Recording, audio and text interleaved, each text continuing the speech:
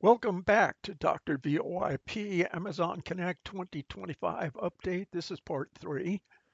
Our goal is to slowly improve the customer experience by improving our contact flows and making use of features and functionality that exceed the capabilities of our existing basic configuration.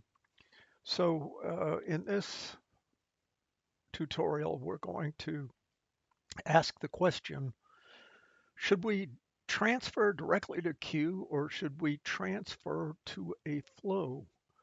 And the example use case here is going to be check staffing. So in our current basic configuration, when you call into the system, you got an IVR, press 1 for sales, 2 for support.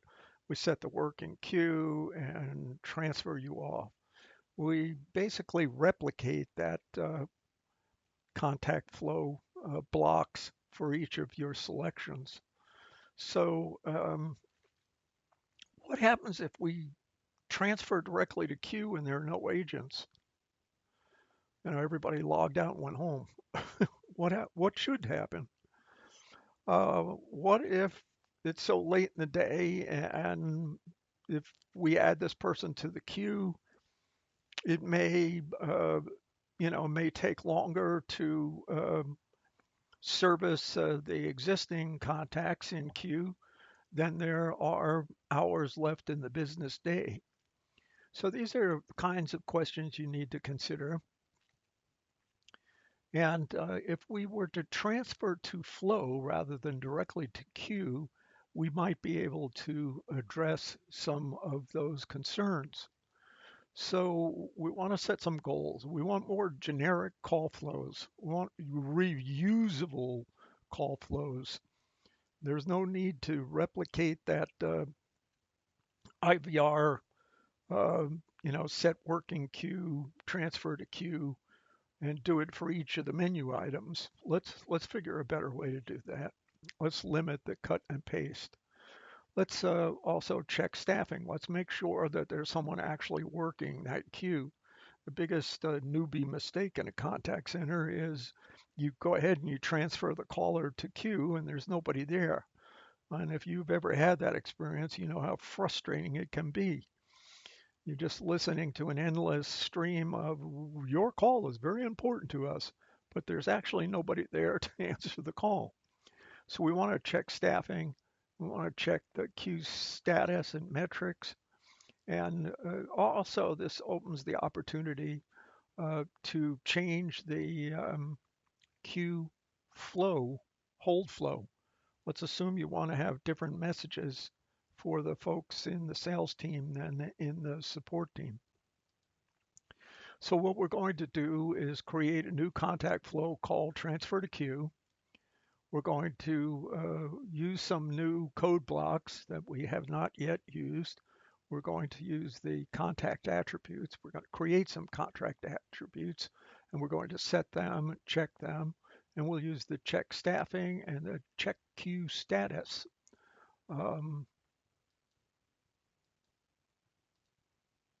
So when we're checking staffing, we have some options here. We can take action based on the state of the call center. So maybe if there's nobody available, in other words, I got 10 agents and they're all working, or they're all engaged in a call, I don't want to queue the caller. I just want to send them right off to the message center if there's no one immediately available to take the call. However, maybe I just want to check and see that they're working, but even if they're in the after call, uh, mode or on a call, as long as we've got people online, we want to go ahead and queue the call. There's another option called staffed. I don't particularly like it because it also takes into consideration people that are offline.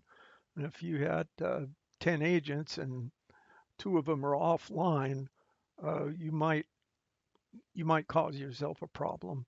So we're going to focus on available and online.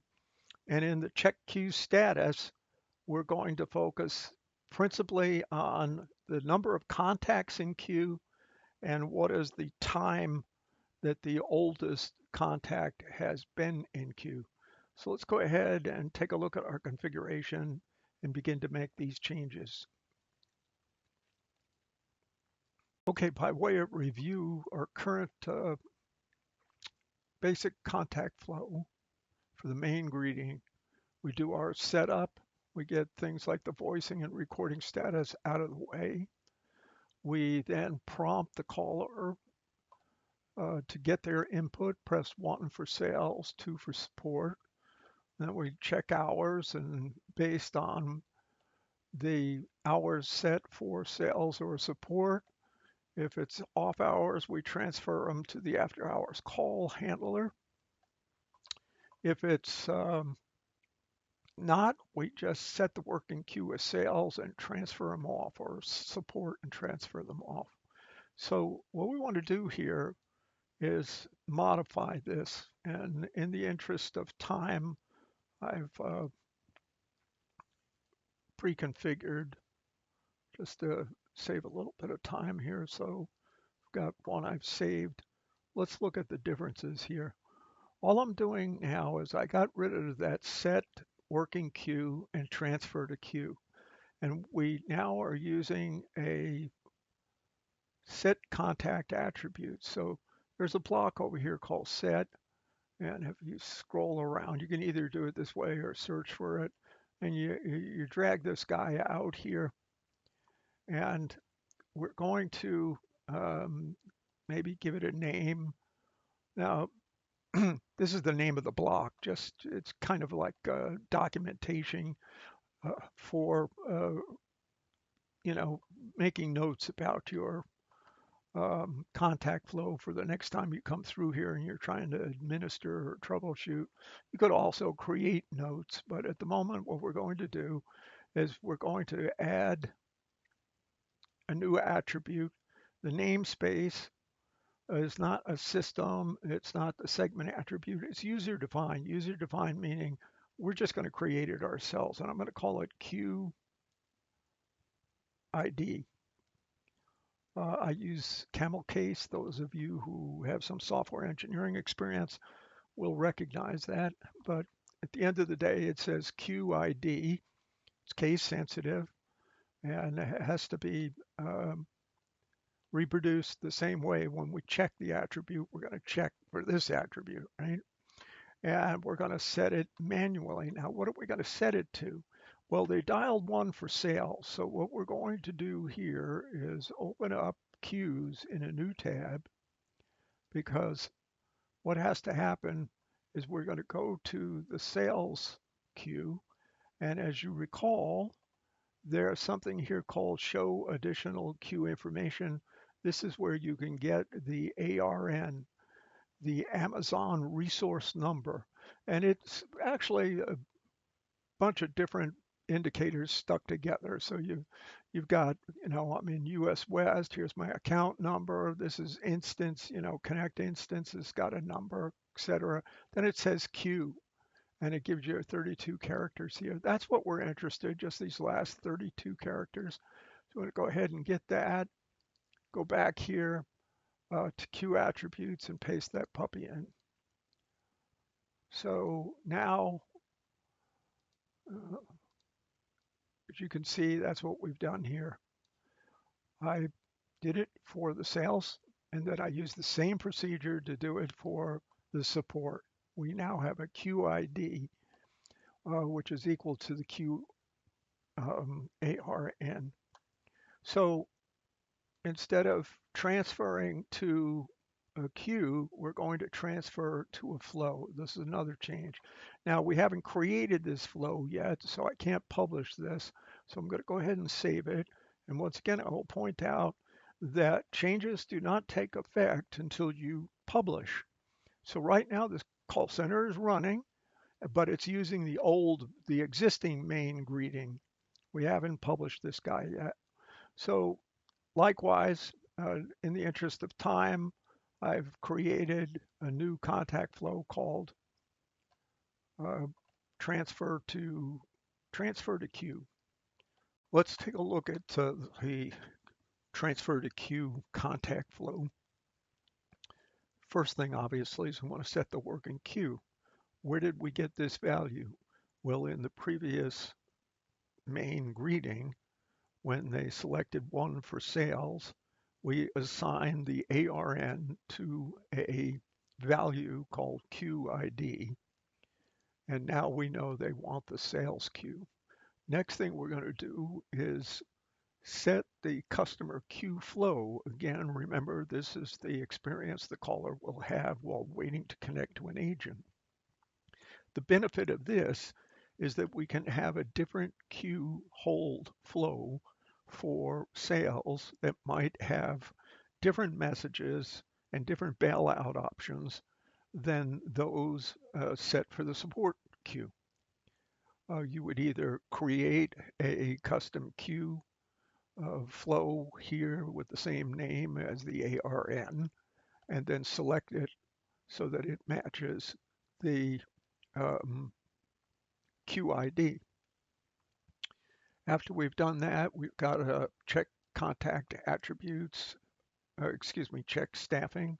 Check staffing is just another block that you can pull out here from the check. And here it is, staffing. Just go ahead and drag it out there. And here, as we previously discussed, we're going to check the working queue. Now, I'll point out that I did this just for illustration and education. Actually don't need to do this. It's optional. Why? Because we've already set the queue here. So it knows that if we're checking staffing, we're checking this queue.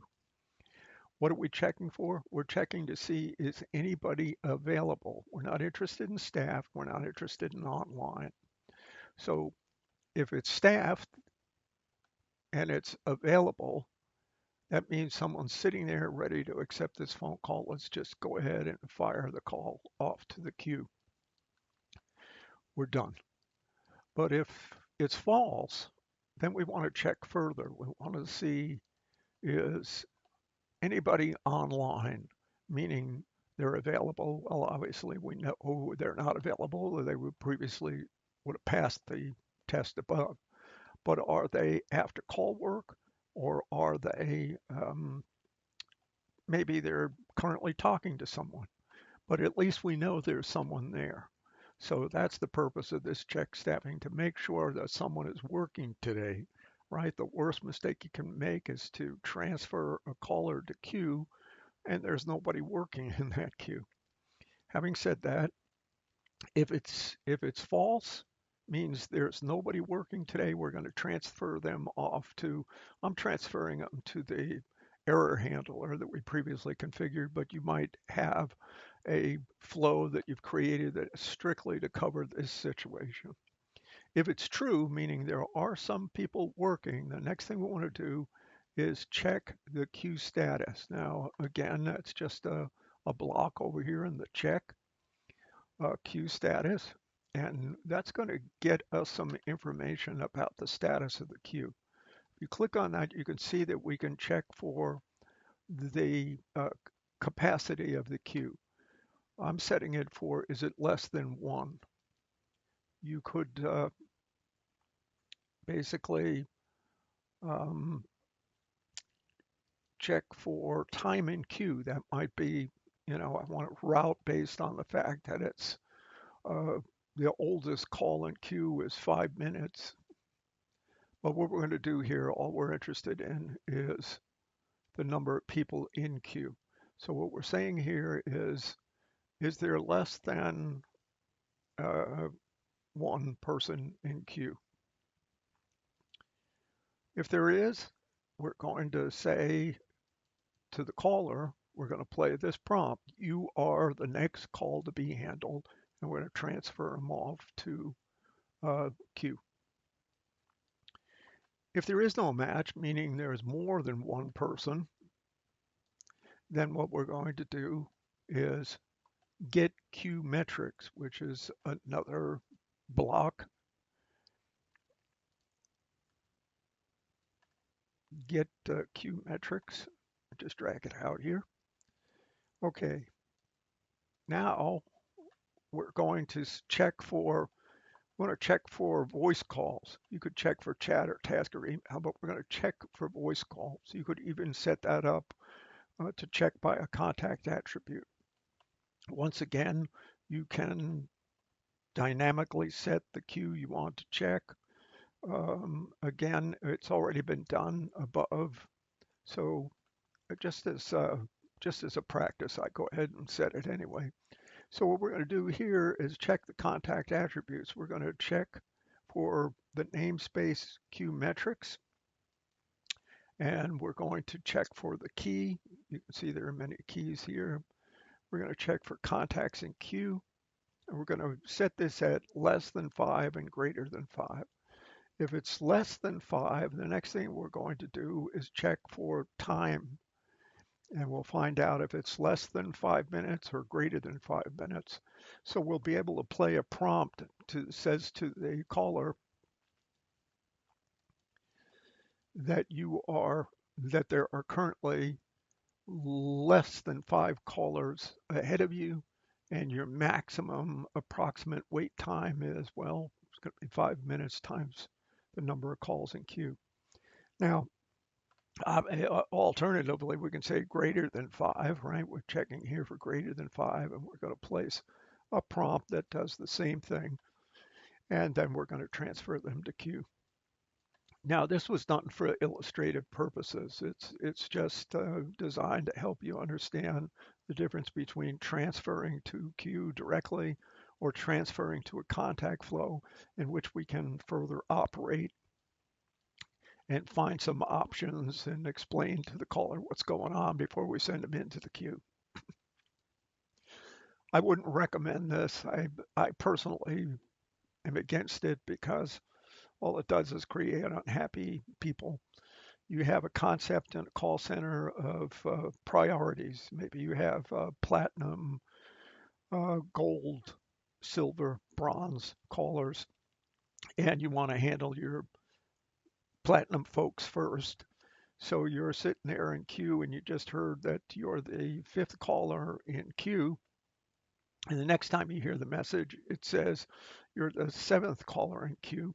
Well, what happened? Well, apparently two platinum callers came into queue and changed your stats. So I don't recommend this.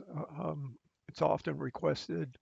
And second thing I would point out is this is less precise. Here we're checking for, is it greater than 300 seconds or greater than 5 people? There is a way to be more precise, but it involves using lambda functions and the get metrics API. We will in a future video revisit this contact flow and we will use those tools to make this a more precise setting. But for purposes of this step, part 3 in the series of improving the basic call flow, we wanted to do everything within the call flow and not rely on any external resources. So now that this is done, we go ahead and publish it. Should publish. And then we want to go back to the main greeting.